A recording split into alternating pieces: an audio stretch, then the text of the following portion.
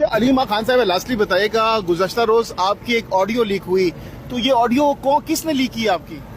नहीं, वो कोई बच्चे थे वहाँ कनाडा वाले, उन्होंने फ़ोन करके यही पूछा था कि खान साहब ने आज़म, मुझे तो हमें खुद नहीं कुछ पता था, तो उन्होंने पूछा कि खान साहब ने आज़म सवाती को बुलाकर जलसा कैंसिल कर दिया।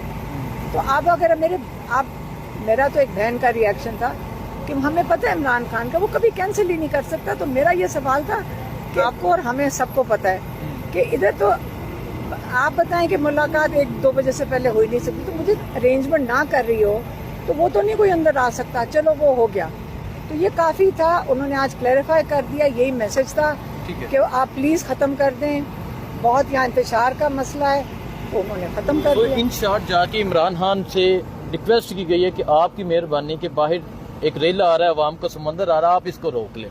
यही हुआ है।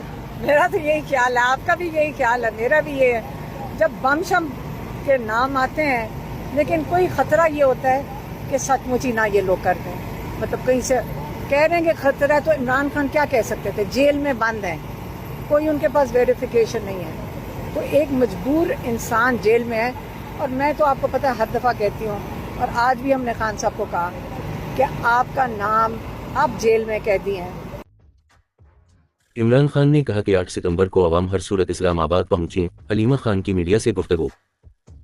आइंदा पीटीआई का जलसा मनसूख होने की इत्तला मिलने पर कारकुनों के लिए इमरान खान ने क्या पैगाम दिया, हलीमा खान ने बता दिया। पटियाला जेल के बाहर मीडिया के नुमाइंदों से बात करते हुए इमरान खान की बहन हलीमा खान ने कहा कि जेल में एस्टैब्लिशमेंट के बगैर कुछ मुमकिन नहीं। सुबह 7 बजे जेल में मुलाकात होना हमारे लिए भी अजीब बात थी।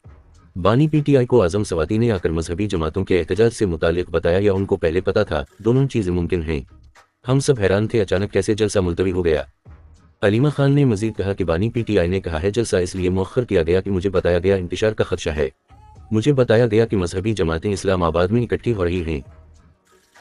इन्होंने मजीद बताया कि बानी चेयरमैन पीटीआई ने कहा कि आज़म सवाती और बैरिस्टर गौहर को कहा है कि 8 सितंबर वाला जलसा मुलतवी नहीं होगा।